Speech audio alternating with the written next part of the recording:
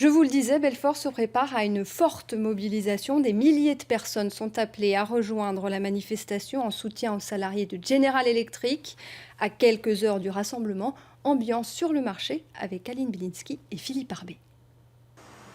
Pas franchement d'effervescence ce matin dans les rues de Belfort, lendemain de fête de la musique certes, mais à quelques heures du rassemblement, point d'ambiance survolté dans les allées du marché Fréry.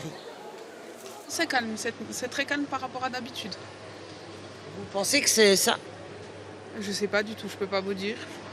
Après, je pense que ça contribue aussi.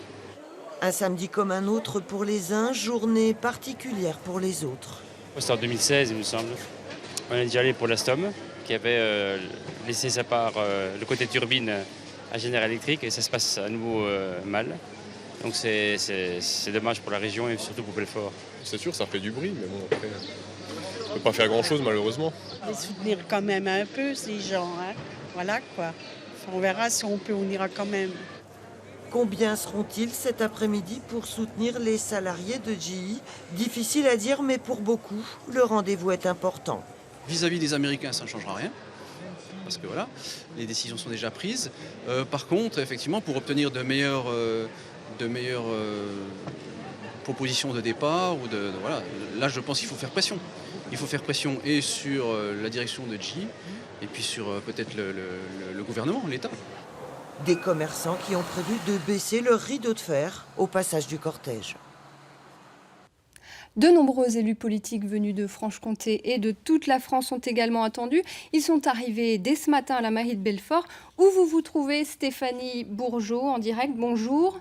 C'est une sorte d'union sacrée des politiques aujourd'hui ? En quelque sorte, ici, le temps est à l'orage, un peu comme si la météo se mettait au diapason de l'ambiance générale. Certes, vous l'avez dit, l'intersyndicale et les élus de tous bords confondus en appellent à cette fameuse union sacrée comme une évidence pour défendre l'emploi. Mais dans les faits, rien n'est simple. Il y a d'abord cette image très incongrue de Damien Meslot, maire LR de Belfort, qui accueille et serre les mains des représentants de tout l'échiquier politique. Lutte ouvrière, La République en marche, la gauche républicaine et socialiste, la France insoumise, avec d'ailleurs cet aparté de Jean-Luc Mélenchon, encadré d'un côté par la droite, de l'autre par les salariés, qui dit combien cela lui coûte d'être là, en plaisantant bien sûr. Et puis il y a surtout cette bousculade quelques minutes avant la réunion dans le hall de la mairie, épaule contre épaule, l'intersyndicale fait barrage physiquement à la délégation du Rassemblement national. La tension monte, le ton aussi, Damien Meslot intervient, les forces de l'ordre également, et puis c'est finalement le maire de Belfort qui tranche. Non, l'extrême droite n'est pas invitée. Elle va donc rebrousser chemin, tout en donnant rendez-vous à la manifestation tout à l'heure à 14h, elle qui est arrivée en tête ici lors du dernier scrutin européen.